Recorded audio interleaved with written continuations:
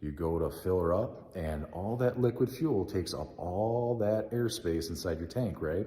It pushes all that fuel vapor up into your intake manifold, and because your vent solenoid has failed, it is open, it's pushing all those fumes into that intake manifold. Guess what happens? You have a super rich condition that your car, your PCM, ECM, does not know that all that extra fuel's in there. So, because your fuel system is designed to have a specific amount of fuel, a specific amount of air, mixed together to get that perfect fuel to air mixture ratio and to ignite.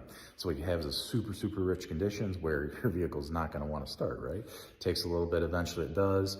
Those fumes are getting vented mechanically through your cylinders and out your exhaust. They're not igniting, right? Because it's rough, it's not wanting to start. It's gonna